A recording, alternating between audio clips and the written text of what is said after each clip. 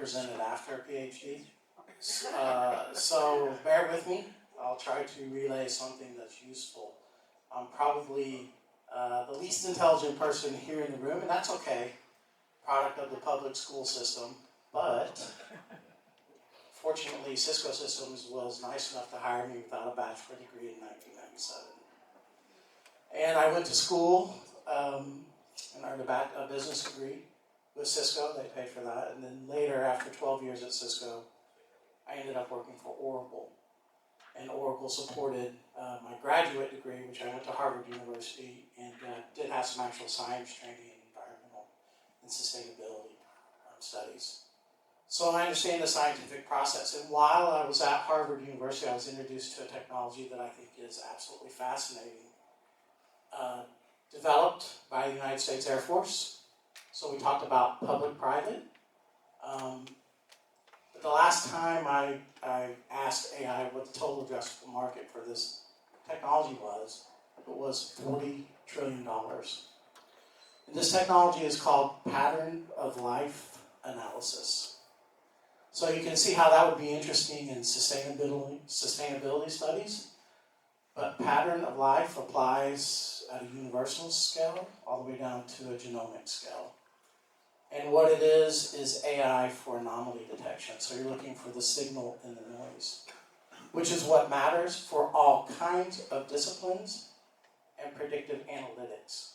So developed by Air Force Research Labs for a specific application that they refer to as CI. Who here knows what CI means? Counterintelligence. Okay, so you can find the signal in the noise. You can find the intelligence agents, or what they would refer to as the red team. So the reason that I live in Silicon Valley, I'm originally from Texas. I worked for Cisco in Texas. Cisco brought me out here to be the global account manager for Facebook when they were much smaller. And then I worked for Oracle here in the Bay Area as well. But in that process, I've funded and have worked with a couple of startups. And for the startups in the room, is anybody here familiar with what's called SBIR? Yeah, absolutely, right? Excellent program. So the technology transfer out of the national defense, where they spend lots of money, or out of the national labs is a really fantastic opportunity.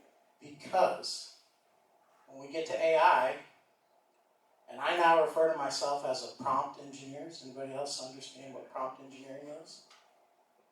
Okay, so I'm definitely a prompt engineer, and it's a skill. It's a true skill. You have to understand how to put things into context to query the generative AI to get the correct and appropriate context back out. Okay, so beyond the technology, first and foremost, let me say thank you very much for attending this, and we welcome you from SuperMicro. SuperMicro, as my colleague stated, is a 31-year-old technology company based in San Jose. It is the last technology company that manufactures in the Bay Area. So we're pretty proud of that. Our large customers are able to come in and witness production of their equipment and technology. Most of our, and I would just go ahead and say all of our peers in the industry have contracted manufacturing out internationally. But that's not good for critical infrastructure, or especially for military or research or service provider or local state government education, who actually wants that domestic supply. And we're going to see more emphasis on that domestic supply chain moving forward. And that's something where over the years people said, hey, SuperMicro, you're crazy. You're paying a lot more to have those employees in the Bay Area. It's going to pay dividends. So we're super excited about that.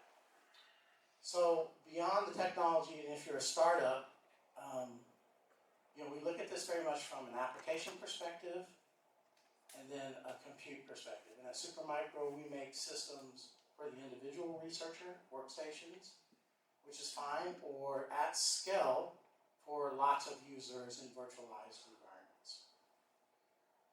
And as this scales, so this is going to be a very silly question. Who here can tell me what AI stands for? Artificial intelligence, but what does that really mean? It means we're trying to mimic the way that you it's cognate. And think about it from the perspective of your eyes versus your mouth. If you go and you walk outside of this meeting room and you look at the panoramic, the mountains, the buildings, the grass, the cars, the people, your brain inferences very fast the situation. That's at least gigabytes of data. But then when you try to explain that out of your mouth, we're talking about kilobytes of data, right? So in the world of AI at the moment, we're in the kilobytes of data. We're in the generative AI based on text. When AI is able to look out into the world across vast arrays of cameras and understand the situation, the amount of processing and the amount of data is going to go from kilobytes to gigabytes in comparison. It's massively exponential. So the amount of compute, and not just the amount of compute, but the space required for that compute and the energy required for that compute is our biggest challenge. It's not about demand. In fact, we can't get enough of what everybody wants, typically. So there's allocation of technology, there's limitations on where that technology can be sold and deployed, and there's certainly limitations on who can actually deliver the computational results of that technology. You have to be pretty large, right? Or you have to partner with somebody very large. So this is a challenge as well. Because what we're talking about naturally in the market system is people trying to have control. And this is where I agree, policy is important. So I also attended Harvard. Harvard prides itself on being a policymaker school, and that's probably where we get that, right? But policy does matter. Why it matters is because traditionally what will happen if we don't have correctly minded people helping on the policy process, the big companies will get in and influence the policy and make it almost impossible for smaller organizations to enter into their marketplace. And that disrupts the market balance, and we want a fair market. Because in fair markets, that's where innovation comes from. In dominated markets, technology becomes stale, because the definition of technology is disruption. Okay, so AI applications in healthcare, and I had mentioned pattern of life analysis, and that's a derivative out of the U.S. Air Force for counterintelligence. But when you're looking for anomalies, because the data sets are so large, you really need AI to assist you with that. And then you have to try to comprehend that, put something in that. So the prompt engineering is very important. So what this really does is it democratizes the knowledge or the specialization in terms of understanding.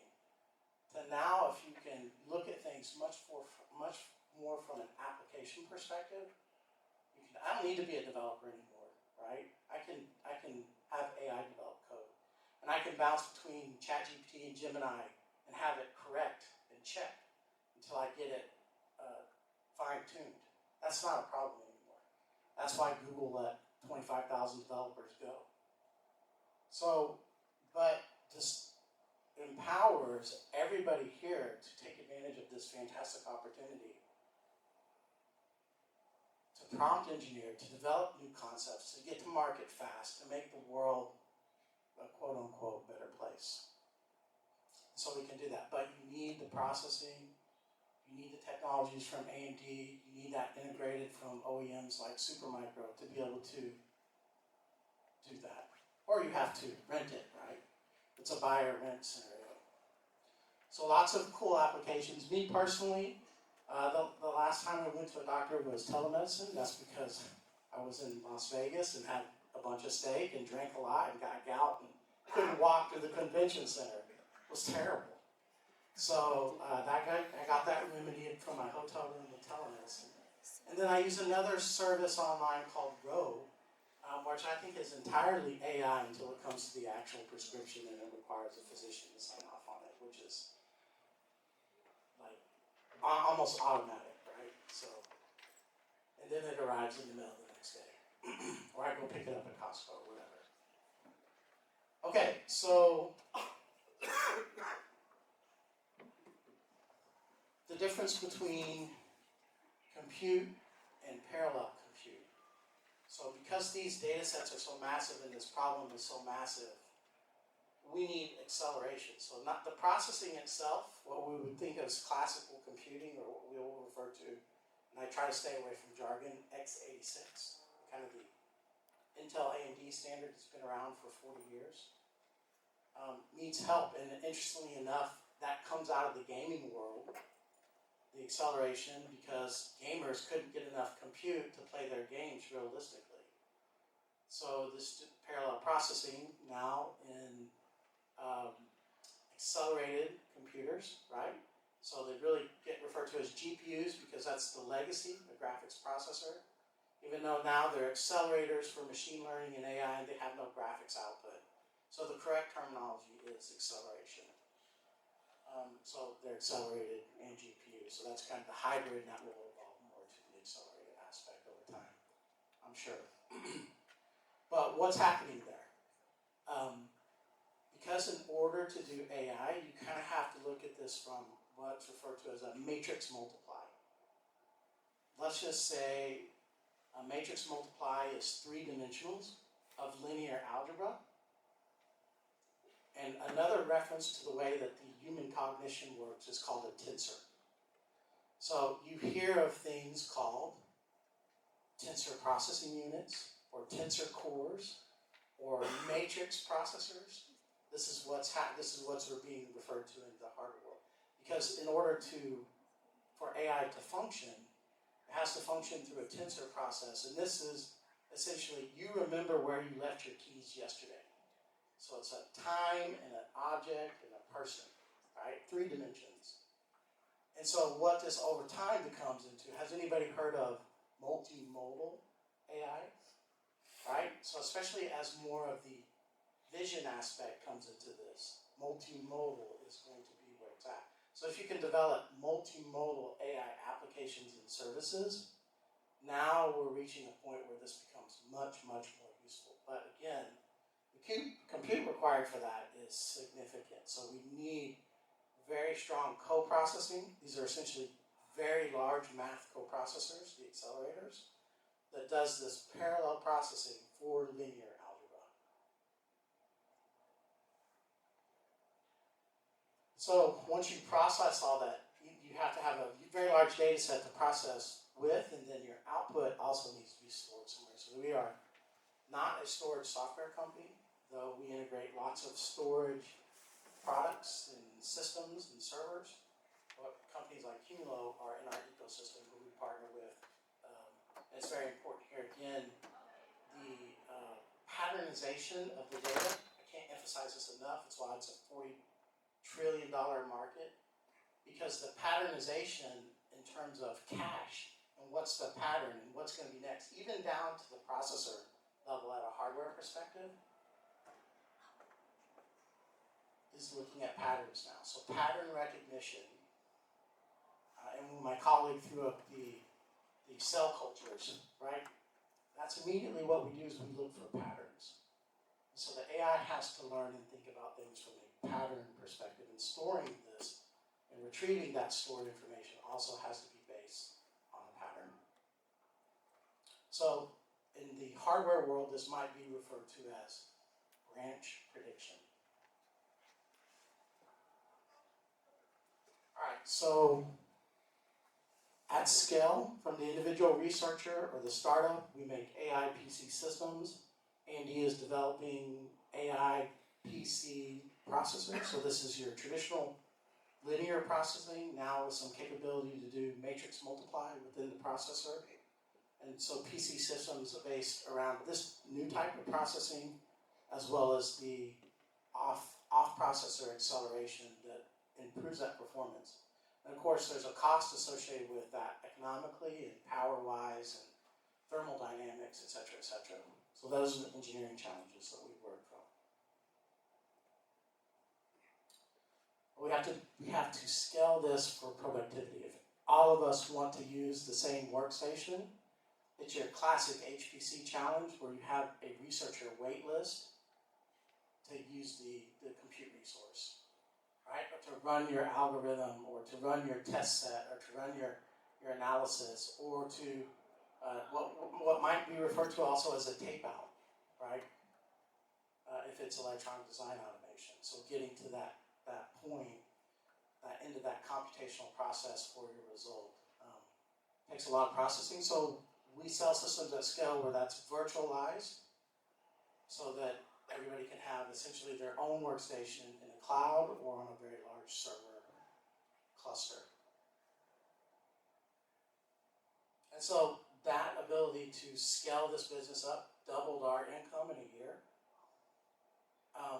And engineering-wise, it's quite hard to do. We have more than 21 buildings now in San Jose, in a facility that's dedicated for the integration of these clusters. And the thermal dynamics around these now are reaching to the point where we can no longer cool these systems with air. We have to leverage liquid technology, or what's referred to as liquid cooling, or essentially water and an antifreeze type element, or other elements in that liquid to actually dissipate that heat out of these systems.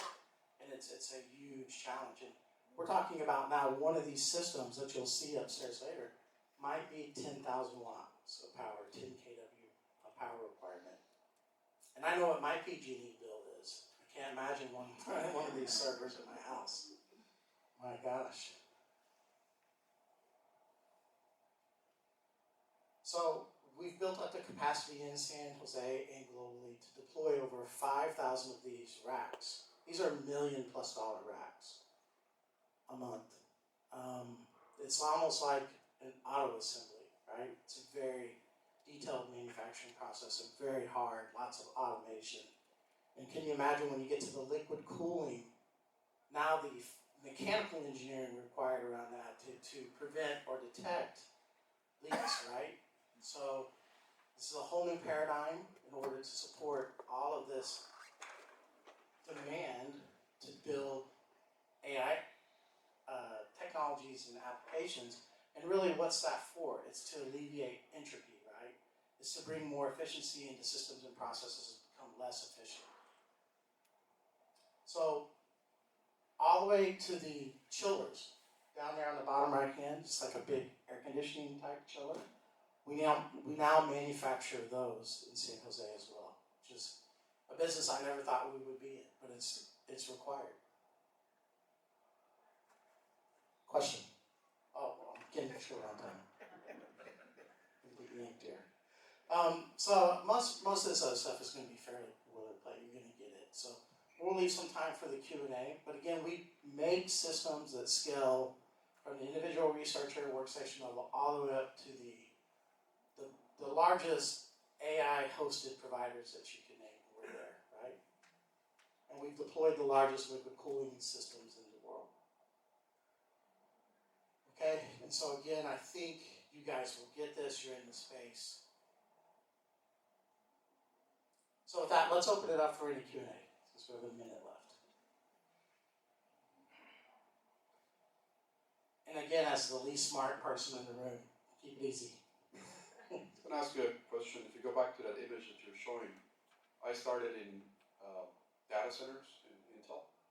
And back in the day, if you go to the other one, the big Bohemian one, yeah, so as you were showing these big blocks, somehow in my mind's eye, I'm like, are mainframes back, or are we going to call them multi-frames? We call them compute clusters to be nice. Right. But it's a mainframe, yeah. It's, right, it's high-performance computing. It's just like a new generation of mainframes. I mean, it looks like we're going back for what we need to do. I mean, it's not like mainframes weren't there, just like what we're using. It's 100% distributed parallel processing. Yeah. So they're back? Or they never left. But you're right, when the architecture changes again, it'll be monolithic, right? And that'll get back to that same point that you're talking about. Yeah. Centralized distributed. Yeah. Eric, very impressive. Thank you. So, training and inference, right? Machine learning and inference, yes. So, when we think about cloud, to date, all training, almost all inferences happen in the cloud, in the data center. As we look ahead, maybe inference is 10x bigger than training. 100%. I think inference is king. Yeah, absolutely true. And inference is moving to the edge. Absolutely. So, of course, that drives more traffic for the data center. But how should we think about SuperMicro in predominantly inferencing work? So good question. It depends if it's true processing at the edge, which I would refer to as edge AI. And I think in that scenario, there is a device that's got a level of compute power that's usually measured by TOPS, or trillions of operations per second. But I think edge can be a connected smart vehicle. I think that platform will grow in compute capacity. But I also think it will be smart infrastructure. And I also think ultimately it will be this if this is not a mirror of a data center process. So we'll see. But definitely, so a little bit of my personal philosophy. Again, I'm not the smartest person in the room, but I'm a lot smarter around this group than with a group that might be 7th graders. Because I think at a conscious level, we're all connected. So can we get technology to be all connected? Eric, isn't the model for that really an autonomous driving car? You essentially have what becomes a self-contained AI system at the edge, driving the car. So I think ultimately that's where I'd like to get to. I think what you'll see is the vehicle itself with LiDAR and radar, and electrical, optical, and infrared. So it's got EO, IR, LiDAR, radar, all of these sensors. So that's a multimodal capability. And I think if you're Elon Musk and you're building out Grok right now, you're thinking that's going to be, because all the data on the internet's already been consumed and trained on. Right. Now we need the real world data. And I think that's his big bet. So, quick question. For biopharma, what exactly are you guys offering? Are you guys offering the rack, or are you guys offering a virtual cloud? And in either case, right, what's your positioning for small emerging biopharmas which might find it very hard to, let's say, maintain racks? So the level field is still fairly, the playing field is still fairly level. So you can buy an AI workstation from SuperMicro as an individual researcher with more compute power than you can rent in a hosted environment, because they charge by the core, and it would be very expensive to replicate that individual workstation. But that's what the hosted environments are. They're virtualized environments for people that don't have the physical infrastructure or on-premise. So SuperMicro offers infrastructure for the hosters as well as equipment for the individual researcher. Yeah, and there's T-search sizes as well, right? Small, medium, and large. The larger the parameter, the more the compute you need to power that. So as your models grow, so will your compute needs. It really comes down to your time, right? You could run AI on a laptop or train a model on a laptop. It's just not going to do it very fast. So Thank you, Eric. most welcome. Thank you everybody for your time.